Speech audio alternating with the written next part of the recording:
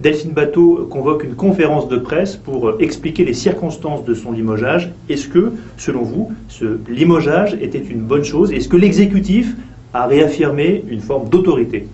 C'est de l'autoritarisme, c'est-à-dire fort avec les faibles, faible avec les forts. La réalité, c'est que la majorité est en train de voler en éclats. On le voit avec les communistes et le Front de gauche, on le voit en ce moment avec les radicaux, c'est le cas aussi avec les Verts, et c'est le fait d'un gouvernement qui n'a pas de ligne, qui n'a pas d'autorité naturelle, donc on prend des petites mesures d'autoritarisme sur les faibles.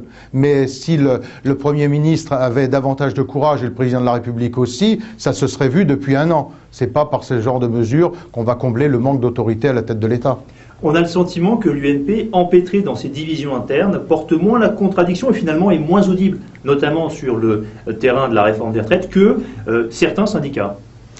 Je pense que l'UMP d'abord est remis en ordre de marche puisque nous sommes sortis de cette crise importante, effectivement, que nous avons connue au mois de décembre, et nous préparons, nous, les journées parlementaires sur un seul sujet, le sujet économique, le sujet de l'emploi, donc à la fois sur la formation, sur la compétitivité des entreprises, sur le financement de la protection sociale, sur le financement des retraites, et tout l'automne, l'engagement du groupe UMP à l'Assemblée va être d'obliger le gouvernement d'aller sur les vrais sujets de préoccupation des Français et de sortir des sujets de société qui n'intéressent personne.